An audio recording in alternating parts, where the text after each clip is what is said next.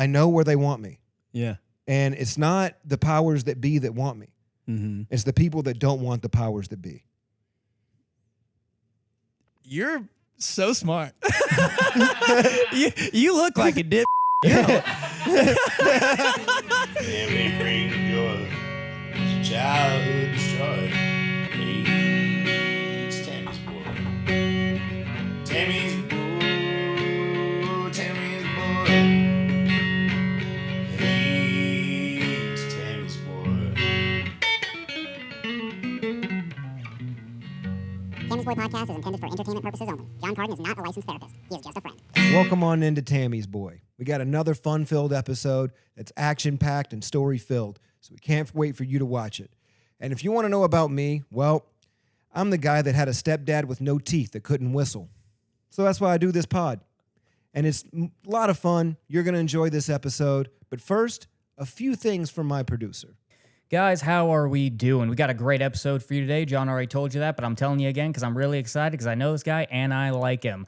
Please make sure that you go like, comment, subscribe wherever you're watching it. We're going to have it on YouTube and Spotify, and we're going to have it on all your other podcasting listening platforms. In case you don't like to watch it, I think you should because I think it looks pretty good, but that's just me. That is enough out of me, guys. John, who do we got on the couch today? Thank you, Mr. Colt. Today, we've got a good friend of mine, a paid regular at the Comedy Mothership, a fellow Southerner, and my boy, Brent Reed. Hello, pals. What's up, buddy? Dude, I'm so happy to be here. I'm pumped. I heard this pod was so much fun. I can't wait to cry about my dad. That's kind of what it's turning into, dude. Somebody the other day called me Dr. Philbilly.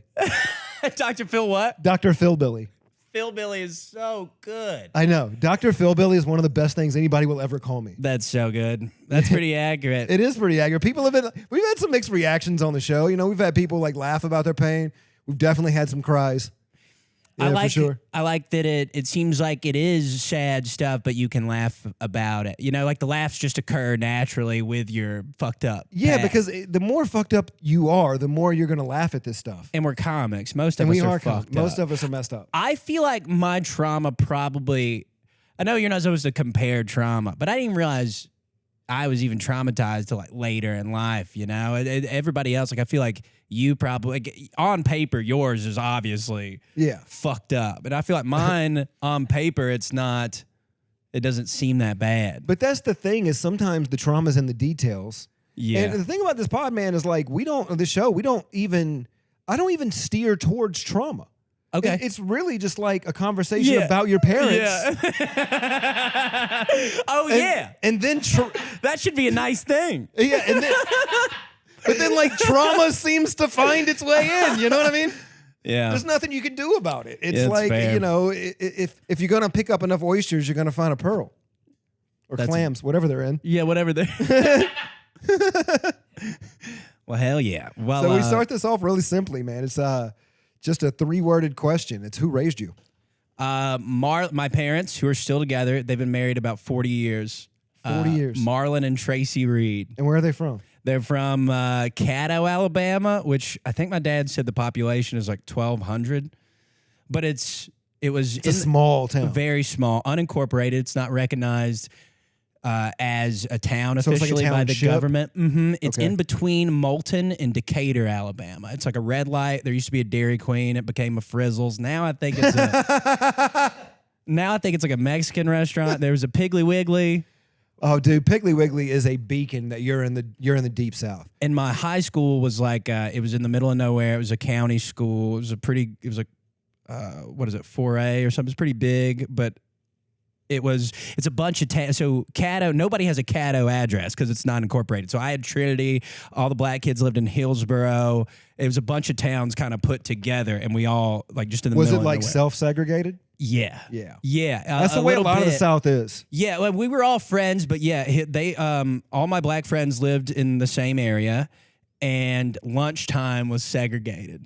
And I would sometimes, Sit at the black table? go sit at the black table. Yeah, and there was When you were trying to be funny? and we all when I was trying to be funny, and we were all raised together and grew up together and played sports together. And like my best friend Jamar would call me when we were like 8, and if I've been thinking about this too. My parents will never come to Austin on their own accord. I couldn't imagine my dad in an airport. No? He'll be freaking the fuck out. So I've thought about if I get my money up, get my friend Jamar, like, hey, can you just get my parents to Austin and I'll pay you? Just Like, put them in the car? just go with them, like walk them through the airport, hold their tickets for them, like get them through and get them to Austin. Just like come with them.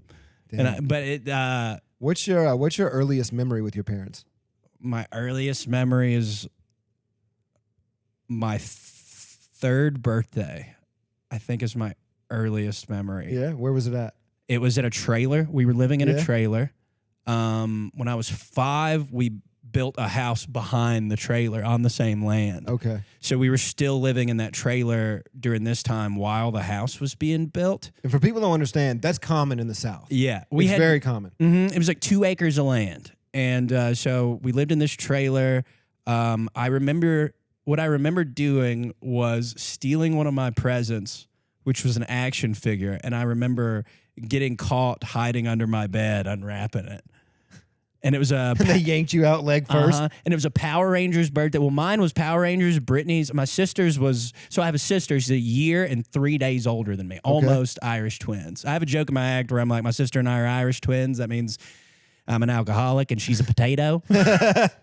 But so we would have joint birthday parties because our birthdays were 3 days apart. Okay. Even though she was a year older. And so my cake was Power Rangers and hers was Barbie. That was my earliest memory. I remember my parents were there.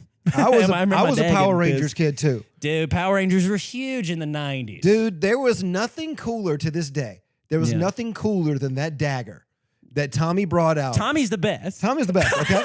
Tommy's the best. But that dagger, when he went do, do, do, do, do, do, and fucking mechanized Godzilla comes out of the water, as a kid, you're screaming, dude. You're like, I mean, that's the equivalent of like The Rock coming back to WWE. Yes. I was watching wrestling then too. Yeah, me too. Wrestling, Power Rangers. Power Rangers. You would get in fights on the playground with who got to be Tommy. Yes, there would be fights. And it's like, no, you're the Yellow Ranger. Like, no, I'm not going to be Trini. What do I look like? An Asian lady? I'm not going to be Trini. So what is rest in peace. What does your dad do for a living? Because I imagine he's like blue collar. Construction. Yeah. So when I was younger, he was a draftsman. So he would it's kind of like an architect a little bit, but you draw like pipes. You draw like pipes that go inside of a building. He would outline like where those are going to go and what pipe is. And in 2008, whenever all the recession happened, he lost that job. And he was a lifetime construction guy. So he got back into construction, and now he's a production manager for an insulation company. Okay. And my mom works at a bank. But a lot of times when we were kids, she would either not be working, staying at home. She started being a substitute teacher. She worked we had a Dollar General in town. She worked at the Dollar General for a little bit. But now she's like working at a bank in Moulton, which is like a 20-minute drive. It was going into town. So where we were going into town was going to Moulton or Decatur. Moulton was like Walmart is the biggest store you could go to. Decatur had the mall and all that stuff. And anything bigger than that, like Christmas shopping, we'd usually go to Huntsville, which was like 45 to like an hour away. So that's where I ended up moving to pursue comedy. All the people just to know at home, rural areas are like that. Yeah. You know, I lived in Leesburg, North Carolina, and we had to go to Danville, Virginia to go to the Walmart. Yeah. And it was a 35-minute drive. Yep. And I tell a joke about it in my set where it's like the hospital was 45 minutes away. And that's true. It was 45 minutes away. Yep. And I said the doctor's office was 20 minutes and the vet was 6 minutes. So there's a lot of times that me and my pit bull saw the same dude. Is that true? It's true. I got stitched up. Why are you looking at him? Can you? Yeah, I got stitched up by the vet like twice. So funny. I bet he was used to doing that. It was only a 6 minute. Pretty much, yeah. Out in the country, he was like the emergency physician. When I went to college, I was within 5 minutes of a Taco Bell for the first time, and I went crazy. Yeah? Because you'd have to drive 30 minutes to Taco Bell. I know. Yeah, I know. It's crazy. Those little luxuries that you get when you're in a city for the first time. Mm-hmm. I remember being able to, like, when I was living in Phoenix, like, go downstairs from my apartment and just walk across the street and see billboards and shit like that. Like, the first time I did that, like, it hit me. Like, wow, I really live in a city. You know what I mean? Like, you don't see billboards like that out in the country, ever. Mm-hmm. Mm-hmm. And I know it's a Geico billboard, but I'm like, That's crazy. It's like right there in front of my apartment. It's nuts. Could you imagine if there was a billboard? I could imagine there being a billboard in Caddo. What would it say? Caddo Cafeteria. What are you going to advertise? The Demolition Derby next week? Yeah. Everybody already knows it's happening. Everybody's cousin's competing. And that was the thing, too, is I think there was a vote as to whether to incorporate the town or not. Okay. And they voted against it because they realized they'd have to pay more taxes. But those taxes would have built, the roads would have been better. My parents' like road would become a dirt road at the end of it. And they were trying to pave it for years, but didn't have the financials kept falling through or whatever because they voted not to incorporate it. So I think it's paved finally now. But my whole life it was like a dirt road. Wow. That's because they don't have legal weed. Dude. Yeah. Legal weed equals good roads. Yeah, they got meth out there for sure.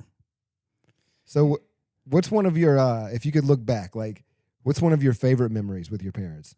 Like, most people say, like, from what I've got from a lot of people, it always comes back, like, Christmas is one of everybody's favorites, where everybody just kind of, like, idolizes Christmas. I've noticed that. Yeah, Christmas is big. Well, that's... Especially, like, in the poor South, Christmas is huge, and parents will do like layaway programs and Christmas clubs, and all this shit, so they have enough money to go.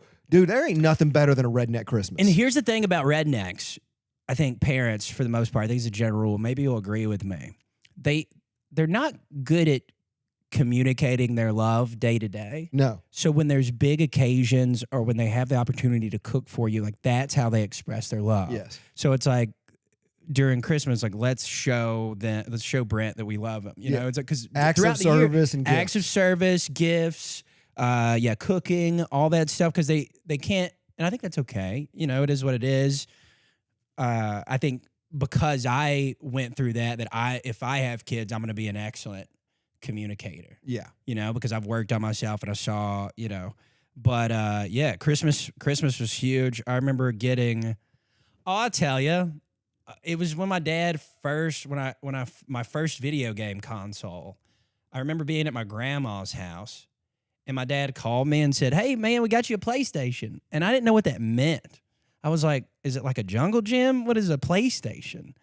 And I came home and I had it, and I had like Crash Bandicoot. Yep. I was about to ask the first game I was going to ask. Dude. It was Crash Bandicoot. Did you get the demo CD or the game? I got the full game. The full game. But I okay. remember getting the demo CDs through Pizza Hut. Yeah. I remember that, dude. I remember playing Tony Hawk's Pro Skater for the first time on that little demo disc that you'd get from Pizza Hut. And there was a time where, I don't know if people know this, but you could buy a movie at like Chronicles of Riddick or something like that, and it would come with an attached game where you could play like 3 levels for free or something. Yeah, the Chronicles of Riddick had a PlayStation game that came with a movie. I'm pretty sure it was Xbox or PlayStation. That's really fucking cool. I didn't realize that. But yeah, I missed that. I remember Crash Bandicoot. There was another game that was there was like Mortal Kombat. But I played that with my cousin for the first time. My parents wouldn't let me get it. So how old were you? When I got that PlayStation, I couldn't have been, I might have been 3 or 4. Oh, wow. 5 maybe. No, you know what? I bet I was 6. Because I was born in 92. I wonder when the PlayStation came out. It would be 98. That sounds about right. Yeah, because I got mine when I was 6. like 10 or 11. Okay. So, and I was born 87. Okay, that makes sense. Yeah. That checks out. So I was probably like 5 or 6 and got that. And it changed everything. And because I think in hindsight is like, my dad would be angry coming off of work a lot and just kind of, I would avoid him. And so I think video games was my way to do that. And the way they saw it was, oh, Brent's a video game guy. But it's like, well, I think I was just like putting all my attention on something because I want to be out here with you guys when you're in a pissed off mood. He was my dad, hard worker, blue collar, love him to death. He's great. He loves us very much. He had an abusive childhood, like pretty fucked up, like didn't know who his real dad was. And I think he did a lot better than his parents did. But that being said, he was an angry dude. And he would get off work from from getting abused all day at work and then just come home angry. He took things personally. I think people toss this word around a lot, but he was a little narcissistic. He was like, he was a coach in baseball and stuff. I don't think that was ever about me in hindsight. I sucked. I played baseball for 14 years and sucked the whole time. Yeah. The whole time. And nobody was like, hey, you want to do drama or anything else? Nobody Were you did just that. the coach's kid? I was a coach's kid. And Usually that kid's good. No, actually, I'll say this. It's 50-50. yeah. Usually they're either abysmal or they're amazing. Brother, I was bad. There is no in between. My toes point out. I'm very slow sprinting. I look like I would be fast. I am so slow. I'm like slower than the fat kids. Oh, it's so embarrassing And it when you're just- skinny and can't run. Yeah, dude. There's I ran nothing- like yeah. a fucking duck. Yeah, it sucked. It took, I just needed someone. I think I needed someone to be like, hey, you suck at this, and that's okay. But my dad was so concerned. He loved the attention he got from like the parents and the kids, and it made him feel good. Because we were getting, at that point, we're getting past the age of like constantly kissing his ass. So then he was getting this affirmation from these other kids. And with a narcissistic parent, sometimes like one kid will go rebellious and then another kid will go kiss ass. Yeah, that happened a lot in my household. Yeah, so Yeah. my sister, when my dad would get home, and we were too old to be doing this, I thought. Like I started noticing, like my dad would get home and she'd be like, hey, Daddy, and come up and hug him. I'd be like, shut, what are you going to yell at us for today, Yeah. Yeah, so you had this expectation that Yeah. when one kid was doing well, that the other kid was demonized. Yeah, and then they kind of gave up on me. They kind of gave up on me scholastically. Like they were. Is that because your sister was like angelic? Yeah, my sister was appearing? angelic. She was crushing it in school, and my grades started dropping. I think I had ADHD. At one point, a teacher like told my dad, like, "Hey, he's doing well on his test, but he's the last one to turn it in." And halfway through, he's just looking around the room. My dad's like, "Nah, I'll be all right." So then my grades started dropping, and nobody gave a shit because they Yeah. had Brittany. They had my sister was like, They had the golden goose. yeah, the golden goose. You So don't I was give like, a well, shit about the silver yeah, chicken. so they kind of, I think they didn't say it out loud, but I think at that point they gave up on me ever like leaving or going to college or doing anything else, and they just assumed I would stay in East Lawrence and East Lawrence County. Yeah. Is what East Lawrence was the name of high school, but Caddo's. But you would just stay there, work a run-of-the-mill job. and never, work for my dad, and I think at that point in high school they gave up. That's how I felt, and because but Now, what things like other than them shining most of the attention, do you just feel like your needs weren't being met? Like, you needed tutoring, you needed these things. Yeah. I think I needed some communication. And then this whole time, like in the midst of all that, it's like, dad's coming home. And then when I turned 12, or like I started being like, he would scream at me, I'd scream right back. Yeah. And he's like, oh, you motherfucker, after all I do for you. And, most of the time it was screaming. Occasionally it was a slap, or like he's a lot bigger than me. So he'd like throw me across. It was a lot of scaring. Yeah. It wasn't a lot of like hurting or like beating the shit out of me where I couldn't walk or anything. It was just like Scaring you straight. the fuck out of me. Scaring you Like straight. grabbed me by my shoulders and literally like throwing me across he threw me off of a lawnmower one time, and we laugh about this all the time. And I think he'd be cool. I am like coming on this pod. It's like I've had friends that have done it and they don't really have relationships with their mom and stuff. And and they're like, oh, yeah, I'll just talk about it. And it's like with them, I still do have a good relationship. So I don't like, my dad is great, but he's not perfect, I guess. But is what that's I'm the saying. thing, Brent, is like, Yeah. talking about who they were Yeah. isn't talking about who they are. And it's like, I'm not the same person I was in that situation, That's a very as a good kid. point. They're not the same person they were. Yeah. You know, and it's he's like- he's doing a lot better now. And he's like, have you had the thing where you just like tell your parents everything that they fucked up about you as an adult? Well, I mean, that would require my mom to be able to take some accountability. Yeah. My dad died when I was younger, but my mom just would have zero ability to take any accountability for her actions. Yeah.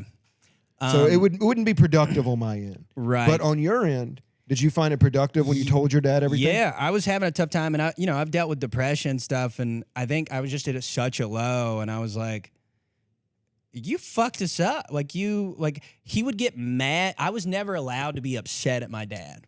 Like, I remember one time in particular, we were outside of, it was daycare, but I was older. It was like an after school program they would drop you off at a daycare, and there were older kids.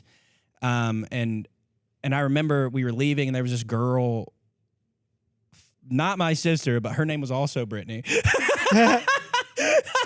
I swear it wasn't my sister. But I remember Look past the accent. we got in my car. Yeah, we got my dad's car, and I confided in my dad that I had a crush on this girl, and then she comes out with her mom, and my dad gets out of the car and tells her and her mom. That's insane. And he gets in the car, and I'm like, dude, what the? And then I don't know if he hit me or what, but I remember him getting furious at me because I was being mean, like I was being an asshole, and like I had to apologize, and I ended up crying, and we went home, and I was never given an apology or anything like that. He would like embarrass me, and I would react like a 12-year-old boy, and then he would be like, "You're coming at me," like he would take it as, "Oh, you're fucking with me right now. I'm gonna take you out," you know. And it's like, well, you don't get to just do whatever you want. And then, then my mom is the sweetest lady on the planet. She's so short and like sweet and quiet, and she would sit right here. She wouldn't say much. If she was hanging out with us, she would laugh. She would think you were hilarious. She's a good laugher. She's so sweet. She's never once, and my dad's never like come at her aggressive. I don't know. Like he's probably yelled, but he's never hurt her or touched my mom. And she's the sweetest lady on the planet. And my dad talks about her like she's perfect. And I disagree.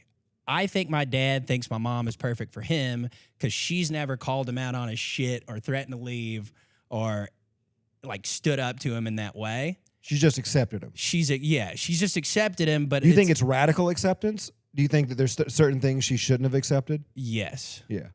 Yeah. I mean, I think there's just some situations where I think that's why he thinks she's perfect. It's like, well, she's a perfect angel. It's like, oh, you just like that she's never stood up to you and never called like that. Like, for example, like my mom would never be able to communicate, hey, what you did was kind of ridiculous and it's okay. And no one's ever been able to, and I wasn't able to do that because I was a child. Yeah. Like, hey, I'm not, like, what you did embarrassed me. Yeah. And it's going to affect me at school tomorrow because you walked up to this hot girl at my school and her mom and said, you know, it's like that made me feel embarrassed and it's not cool. Yeah. And I'm not mad at you, but what the fuck, man? Don't do that. Tammy would do that all the time. And I'm not able to communicate. I'm a 12-year-old, so I'm like, fuck, my life is ruined. What are you doing? And he's like, after all I've done for you, you know, that shit. So later when I was adult, I left radio. And, you know, I dealt with some like depression and stuff around that. And then before I moved to Huntsville to further pursue stand-up comedy, I moved from Florence, Alabama, where I worked in radio and started stand-up and lived with my parents for like, I was like 20, it must have been like 28. It was like right around the pandemic, you know, shit was weird anyway. And, I remember my mom was coming. I was in my room just fucking off, and my mom was coming home from work. And my dad's just being his typical. He's very anxious. He's kind of a spaz, and he's like, "Well, I'm gonna call her and just tell her to meet her there." I was like, "Well, she's coming here. Why don't we just wait for her? Everything's fine, you know." And he takes it as like me attacking him. And now I'm a 28-year-old man, so he's like screaming at me, and I just look at him. I go, "What are you doing?" Yeah. I'm not even mad. Yeah. Like, you're getting yourself pissed off. I don't think I did anything. I'm just letting you know that you need to calm down. Mom's going to be here soon and we'll go eat and it's fine.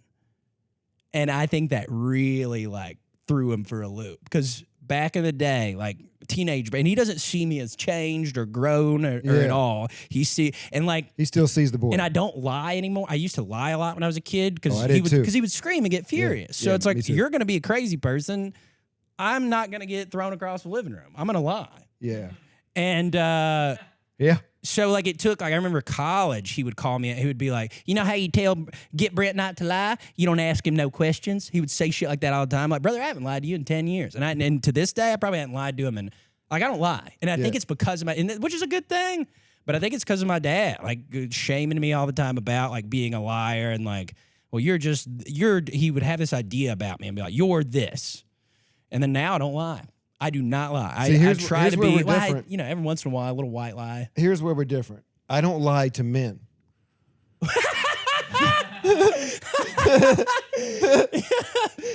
Yeah. Buddy, I grew up with the Tammy. Yeah, buddy. you grew up with Tammy. I know how to lie to women. Yeah. You know, and it's a problem. It's a problem with me. Yeah. And I'll never, I've worked on it in therapy. I've gone through a lot of shit. But, you were talking about, it made me think of something. And occasionally I'll segue into my own shit. But you said, your dad embarrassing you reminded me of something. And one time, like, the way my childhood worked is it was a massive amount of neglect followed by an immense amount of overbearing. So it was control, control, control, unless we don't want you.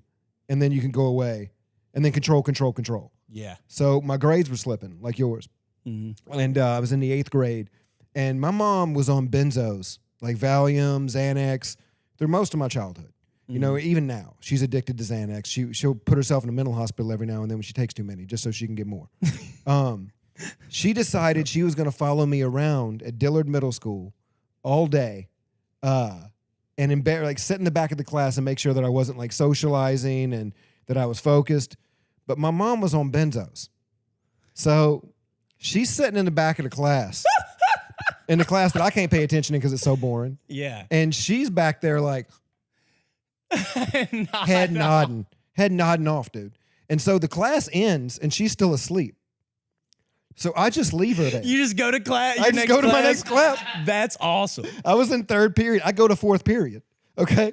About 15 minutes later, I see Tammy shuffling in the back of the fucking room. Apparently, I talked to my teacher the next day. She had woken up when I was gone. She goes, "Where's John?" In the middle of his next class. He didn't even know she was back there. He had forgotten she was back there. She's out. That's so funny. Wakes up and he goes, "Where's John?" And he looks and goes, "His next class." That's where he's at. He's in 4th period. This was 3rd. So good. So how did that day resolve? She just went to your next class and then fell asleep in that one. And eventually the teacher just came up and like, "Hey, Miss Can't Smith." be following around all his classes and taking a nap. It's like, I think eventually she left and she goes, "That'll show him." And I'm like, "You didn't do anything but the same thing you do at home. Yeah. You sleep through most of my childhood." So funny. Yeah. That reminds me of a lot of my friends' mom. Yeah, my mom was not the crazy one. My mom's like a sweet lady. And but you're lucky. You're lucky that your mom wasn't the crazy one. Because Yeah, your mom be the I- crazy one. It fucks with relationships more. Yeah. I dated a girl with a crazy mom. Yeah, so it fucks with your relationships way more, especially as a man having a fucked up mother. Yeah. Because, your relationships with women mimic a lot of the times the relationship that you formed with your mother.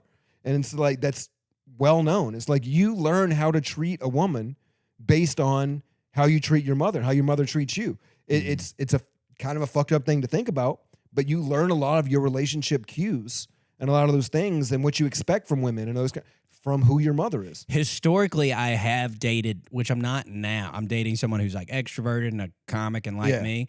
But like historically, I've dated very like quiet, introverted women who are bad at communicating. Yeah. That don't communicate. I don't think it's Oedipus, but but you know what I'm saying? You are you that was how I thought like relationships were supposed to be, is the woman is quiet and doesn't communicate at all, and I have to just read her mind, and I didn't know how to communicate. It took me, I went to therapy for 3 years in Alabama, and I don't think I would have made it out if I didn't. Yeah. And Oh, but if it wasn't for therapy, I wouldn't be here. yeah, It wouldn't. me too. Yeah, I wouldn't be here. Hell yeah. Look at us working on ourselves. Are you in therapy now? I do therapeutic things. Sure. I'm getting back in therapy after my last debacle. What are you doing? Mindfulness and meditation and stuff? Well, I got a workbook I've been working on. It's called From Broken Boy to Mended Man.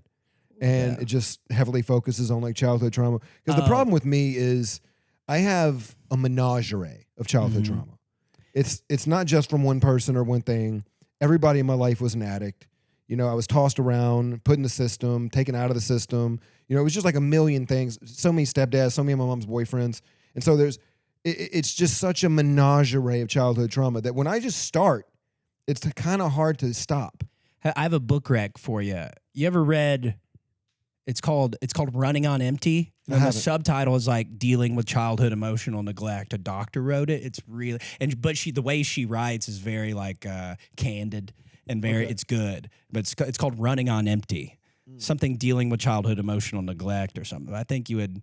I'll read it. Yeah, it's good. Yeah, I've been reading a lot more since I've been doing this show, just because I don't ever want to speak from a place that I don't know. Yeah. I'm a big fan of Ernest Hemingway, and Ernest Hemingway always said, "Write what you know." And I truly believe in speaking what I know. Yeah. I don't want to lie.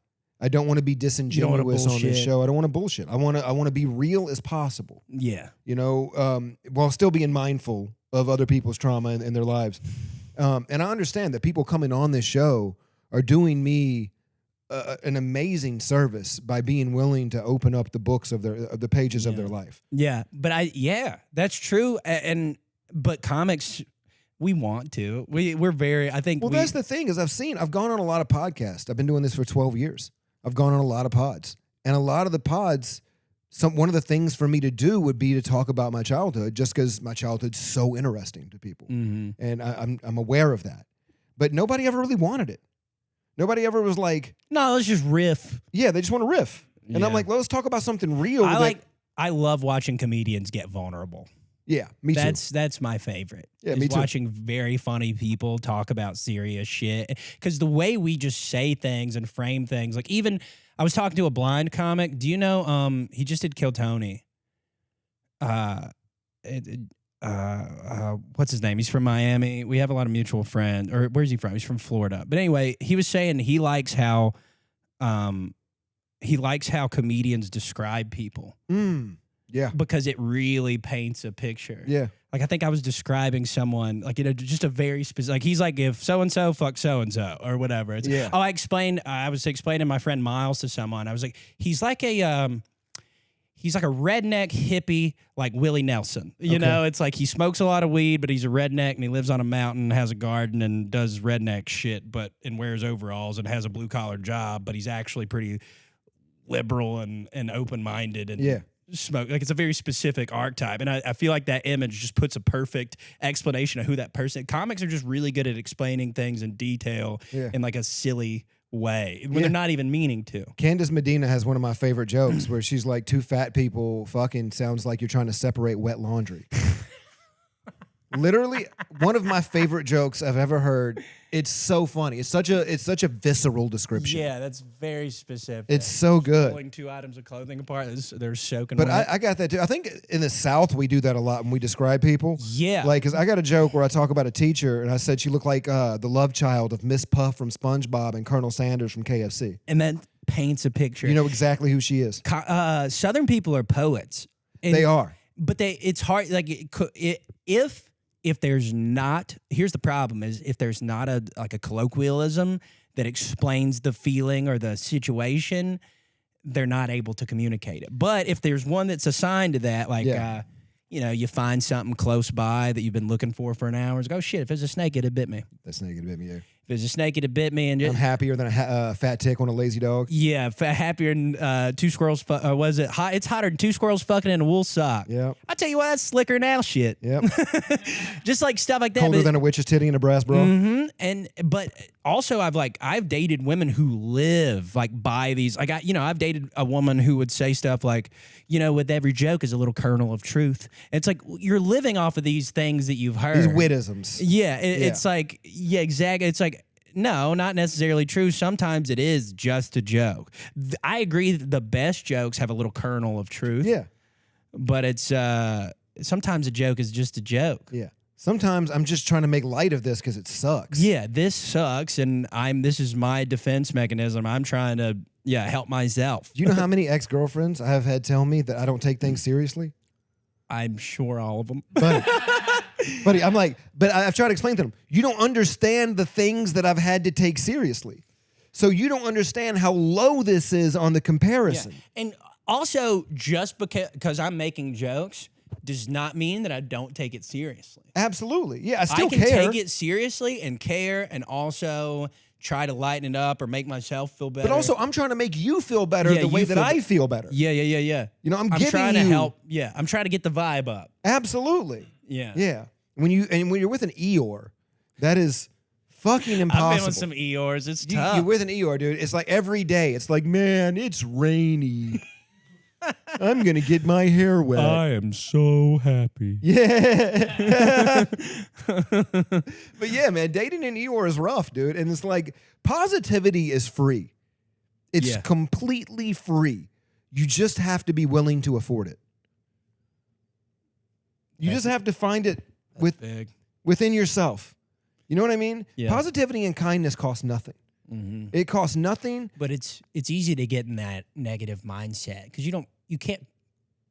I'm in the meditation and mindfulness and all that shit, and it's Yeah. all about like acknowledging your thoughts as that. Yeah. Oh, that's a thought. And you're also listening to cars pass by, and then the thought just passes by like a car would, or like your refrigerator. You know, meditation, you listen to everything around you, and the thoughts, like everything just appears, and I'm getting woo-woo. No. But when you're meditating, everything around you is just an appearance in consciousness. So when you get a thought, instead of identifying with it and you keep harping on it and identifying with that thought, you think, oh, that's a thought. Yeah. And then you let it unravel and it goes away, you know? How did I get into this? What were we talking about right before this? But I don't know. We segued. you're talking about we were talking about being comics and making light of a situation, and it's easy for me to like get down these thought rabbit holes and be in a negative mindset and not be silly fun time Brent. But Yeah, you got to. yeah. It's tough. It's hard work to literally like rearrange your mindset and Yeah. force yourself to think positive thoughts and let the negative ones just go, and you don't identify because you can't control your thoughts. Yeah. There's an argument about whether or not free will's a thing, but you do get to decide if you identify with that thought. You don't get to control that thought. The thought just comes, but you can choose to not identify with it and be positive. It's a Yeah. choice, I think. It's a choice. I don't think that anyone that's pessimistic is a bad person. no. I don't think that. It's I just think that so hard to get out of that. it's so hard to get out of that mindset, that victim mentality. I think it's common in comics. It is very common in comics where like the whole world's against you. And I'm not getting this because of this. Yeah. I'm not getting this because they hate women. I'm not getting this because they hate handsome dudes. I'm not getting this because for whatever reason. They don't like black comics or white comics. Or in truth, it's like, okay, that might be true. It might be. Yeah. But what are you going to do about it? Yeah. What are you going to do? Because that's not going to change. Mm-hmm. They're not going to change. You got to accept reality for what it is. Accept it for what it is and be willing to move past. Because I accepted a long time ago that I might not be what the industry is looking for. I'm too real. I'm too dedicated in honesty in my stand-up and my approach that I don't care to be what you like. I've seen what makes you cheer. I don't care if you boo me. So why do you do it? Because I love it. And there's nobody in this world that's going to take away something from me that I love. Because I've had things ripped away from me that I love all my life. And I don't care if the industry doesn't fuck with me. I don't care if Comedy Central and Netflix doesn't call. I'm going to do this. I'm going to go on the road. I'll do a casino in Hoboken. Yeah. Okay? I'll do a fucking oyster shack in Oklahoma City. And you'll crush. And I will have an amazing set. Yeah. Because I know where they want me. Yeah. And it's not the powers that be that want me. Mm-hmm. It's the people that don't want the powers that be. You're so smart. you look like a dipshit. Your brain is so good. You've been through so much shit. You've worked on yourself. I mean, we've talked before. We always have positive interactions, but I Yeah. don't think we've ever had like a deep Philosophical conversation. philosophical. This is and nice. that's why I love this pod, because it gives me the opportunity to be able to show people who I actually am. Yeah. And not the person that I don't think I pretend to be stupid on stage. I just think I'll let people assume. Did you become a better comic when you accepted that and you were just like, I'm just going to do my thing? Do you feel like that was a big milestone? I think what made me a better comic was finding out what I was the expert of. Because I believe in Plato's ethos and logos. It comes all the way from fucking Aristotle and Plato, right? Yeah. Where it's credibility. I think you have a need as a comic to establish credibility on stage. And I think credibility grants perspective, and perspective grants laughter. That's the way I feel about it. Mm-hmm. So I established my credibility on stage where I'm the expert of this. I'm the expert of being a step kid. I'm the expert of growing up in a broken home. I'm the expert of growing up with a crazy mother because that was my experience. So naturally, I'm going to be the expert of that. And when I figured out the things that people couldn't argue with me about because it was my own experience, that's when I became a better comic. I'm not even saying I'm a good comic, but I became a better comic when I realized that my life and my truth are my expertise. Everything that I've lived is what I'm in charge of, my own narrative. And so I give that to people in doses.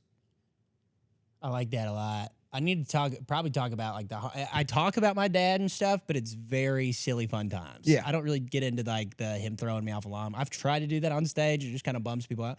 But I do think, and it's so hard to, we're in a showcase city right now. I don't get a whole lot of opportunities to do longer sets. Every once in a while you get one, and I've featured and stuff, but it's few and far between. And it's hard to establish credibility in front of a crowd that doesn't know who you are, and you got 8 minutes, or 10 minutes, and because you got to get them to like you, got to establishing credibility. I've never thought of it like that. Yeah. Well, it's like if you got a male white comic on stage talking about abortion, everyone automatically goes, they clench up. Yeah. Because first off, you're going to doubt whether his experience is genuine. Yeah. You're going to doubt whether he went through that. And it's not, even if he went through an abortion with someone, if he's not talking about that aspect of it, if he's talking about another aspect of it, then it's going to seem disingenuous. Watching a white comic do black jokes seems disingenuous. Yeah.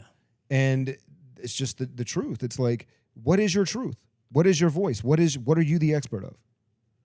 That's big. Yeah, I think I'm on the verge of, like, it seems like you leveled up. It seems like you were at a spot and then you had a realization and that you leveled up. And I think I'm having that realization like now and in this point in my career, not like right this second, but like now at this point in my career. And I think I need to like, I do feel like I'm on the verge of like leveling up because I'm in a good spot now, but I'm doing all these, I don't know. I could just feel like I need to turn a corner a little bit and be more. Well, you have to remember your self-worth has genuine. nothing to do with the way people view you. Yeah. It has to do with the way you view yourself.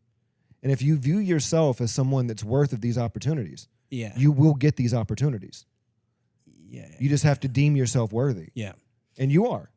You are worthy. Thank you. I've talked about that with my therapist because he's like, because I just quit my day job at a restaurant and I'm a paid regular at the Mothership. And he was like, you're in a bad mood at work. He was like, you're going to work, you're going to your day job with all the ego in the world. Like, I stayed up late last night. I had a spot. I had the best set of my life. And then now I have to come back to this shit. And these people are not treating me like a person. And it just fucking sucks. So I'm going to my day job with all the ego in the world. And then I go to Mothership and I'm like, man, what the fuck am I doing here? Like, I'm scared to like talk to certain people. And it's like, well, I have a rule at Mothership. If there are 2 Navy SEALs standing outside the green room, I do not walk inside. I never go in the green room. I've gone in the green room. I purposely avoid it. One time I needed a water, and I walked in there and I grabbed a water and scooted out. Even when Big J's in there, I will sit next to Big J the whole time that I'm in there. Yeah. Just because I'm not saying that it's an uncomfortable place, but it's an elite place. It's like, it would be like a rookie, and I feel like a rookie even 12 years in. It would be like a rookie sitting at a table with Joe Montana, Tom Brady, and Barry Sanders. Yeah. You're going to feel like you don't belong and you're not worthy. It's like you're sitting in a green room with Ron White, Tom Segura, and Joe Rogan. You're sitting in the room with 18 Netflix specials. So how do you balance? Do they want you to be their equal? Like, do they see as that? I mean, how do you balance being confident but also not being a dick? Yeah, I think you just have to, what I always try to do is just remember that people are people. The accolades aside, everyone's a human. Yeah. Everyone woke up this morning and put their shoes on, and we all did this. We all live in a human experience, all of us. People are just living different human experiences. Yeah, that makes sense. I deal with, so I am an angry guy because of the dad stuff, but you know me. You've seen me interact with people. I am super nice all the time. You're very kind. Well, here's the trade-off of that is sometimes I put that off on other people. So if they're not as kind to me as I am to them, I get furious. And and that's not on them. That's on me. So it makes me feel like, well, maybe I should be less kind if I'm going to be a cunt to people for not being just as kind. Yeah. Does that make sense? Yeah. I know what you But mean. maybe I just need to continue to be myself and be kind, but also not take it personally when someone's not like, I'm kind. I don't know what you got going on. I'm going to be me. You can't expect anyone else to repeat your action. Yeah. It's like your action is your own. And if you're doing it for the right reasons, it doesn't matter. Right. But if you're doing it for not retaliation, but reciprocation, if you're being kind for reciprocation. I think that's Marlon Reed shit too. Where it's like, what is the purpose of my kindness? Mm-hmm. Is my kindness to make you feel more comfortable? Is my kindness to make you like me? What is the purpose of this? And I think you just have to, keep that in mind. Where it's like, and not do it to get them to like me. Just like when I show anger, there's a purpose to me showing anger. Yeah. Where it's like I have to show you that this is incorrect and this is passing a boundary for me. Yeah. But there's a way to show controlled anger, and there's a way to. That's the hardest emotion for me to communicate properly. I've gotten a lot better, but I just get in defense mode, and when I feel like I'm being like disrespected to my face, I'm just like, oh, you motherfucker. Yeah. And it's like, oh, I've been sweet boy. You don't know the rage. But I do need to, I need to not do it with an expectation or do it for the reason to get them to like me. I need to do it just because that's how I am and let them decide if they like me or not, Do you think that was one of your dad's biggest influences on you was the anger? Yeah, the anger, and then just like the needing to be, like I have an anxious attachment style with relationships and shit. Me too. And like I need to be what's the word, like reaffirmed, validated. And my dad, I see it with my dad now. My nephew, my sister has a kid now, and my dad will be like, "You love Pawpaw, don't you?" Like stuff like that. And it's like, hey, how about we leave him the fuck alone and let him tell you he loves you when he wants to? Yeah. But he needs it right now. It's like, I need it right now. Like, come over here and love on Pawpaw. And it's like, oh, you need this. Yeah. And this is what you're not getting from like me and Brittany anymore because we're old. This isn't about the kid. It's about you. This is about you needing to feel good. Yeah. And then like anytime they like hint at me, they're like, well, when are you going to have kids? Like, why? So you can siphon the happiness out of them? Yeah. Yeah. Treat them like a happy sponge. Yeah. If you have, based on your own childhood, if you had one piece of advice to give to every parent out there that's raising a kid right now, what piece of advice would you give them? Talk to them like don't listen to them. Yeah. That was a big thing. I never felt listened to. I remember distinctly like being a kid and being aware and trying to talk to like my dad or something and him just not listening. Like we'd be at the ball field or whatever and I'm like, hey, ba-ba-da-ba-da-ba-da. And I remember the point where I got old enough to where people started actually listening to me when I talked. And I remember like not knowing what it was at the time, but like having social anxiety. Because for the longest, I would just be talking into an ether and no one listens to me or taking like my mom too. It's like sometimes her responses and things. I'll tell you a mom story. Okay. This is an example. All right. So yeah, my advice would be to just talk to your kids like they're people. Yeah. And communicate with them and listen to them when they talk. They're less educated than you. You're not better than them, So they're kids. They're kids, and then you need to get your shit together so you can properly communicate with your kid. And so my mom, I remember one time it was me and her, and we went to McDonald's, and my mom had a coupon, and I couldn't have been, I wasn't 10, I could have been like 7 or 8. I was starting to graduate past Happy Meals into the Big Mac because that's what my older cousin ate, and then I tried it, and I was like, oh, it's fucking good. The Mac sauce is so good. So I felt like a big boy. I was starting to eat Big Macs. Yeah. So we had a coupon for 2 for 1, and we went to McDonald's, and we got 2 Big Macs, and I was a child. I thought they were both for me. So Mom sets them on the table, and I ate mine, and then she starts to eat that one. I was like, no, that one's mine too, and took it, and I'm a kid, and she starts crying. She was like, that was supposed to be mine, and then the 2 for 1. And I felt so bad. I re-apologized like years later, like throughout my childhood growing up. I'd be like, hey, you remember that time that was fucked up? I'm so sorry. I took that burger from you and made you cry at McDonald's. Like, I apologized to her. Yeah. And in hindsight, it was like, explain to me what fucking BOGO means. How about just explain to your kid what buy one get one means? We're saving money. Both you and I need to eat lunch. This one's for me. We got it for free, but you can't eat both of these. Look at your tummy. You're 8. You can't eat 2 Big Macs. What are you doing? Instead, Also, imagine watching you eat 2 Big Macs now.